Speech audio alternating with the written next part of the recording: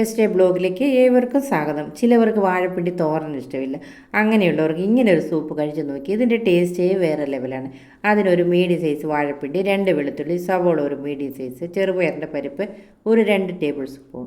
വാഴപ്പിണ്ടി നാരെല്ലാം എടുത്ത് എനിക്ക് കൈകൊണ്ട് അരിയാനാണ് എനിക്ക് ഈസി. ഒരു 1.5 സ്പൂൺ ഓയിൽ ഒഴിച്ചിട്ടുണ്ട്.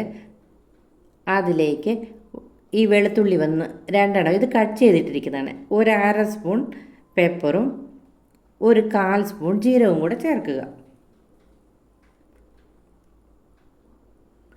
ഇതിലേക്ക് മീഡിയം സൈസ് ഒരു ഓണിയൻ ഉണ്ടായിരുന്നല്ലോ, അത് അരിഞ്ഞതും കൂടി ഇതിലേക്ക് ചേർത്ത് നല്ലതുപോലെ ഇളക്കുക.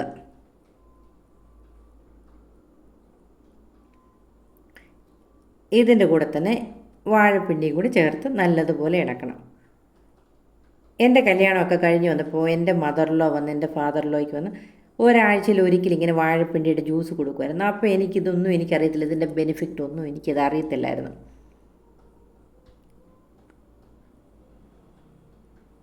ഇതിലേക്ക് ഒരു 1/4 സ്പൂൺ മഞ്ഞൾപ്പൊടിയും കൂടി എടുക്കുക.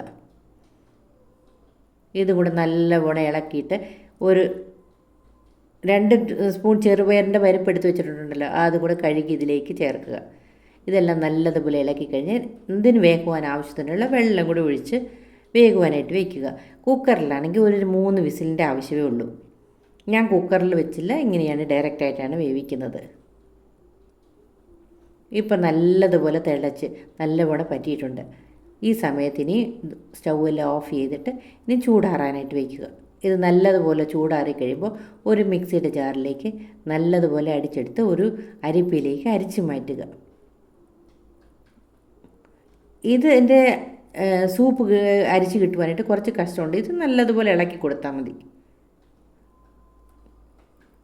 വാഴപ്പിണ്ടിയിൽ ധാരാളം നാരുസത്തുകളുണ്ട്, അതുകൊണ്ടാണ്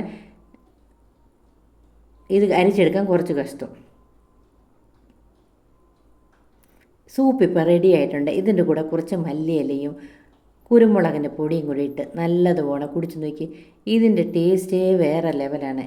ഇതെല്ലാവരും ഒന്ന് ട്രൈ ചെയ്ത് നോക്കുക.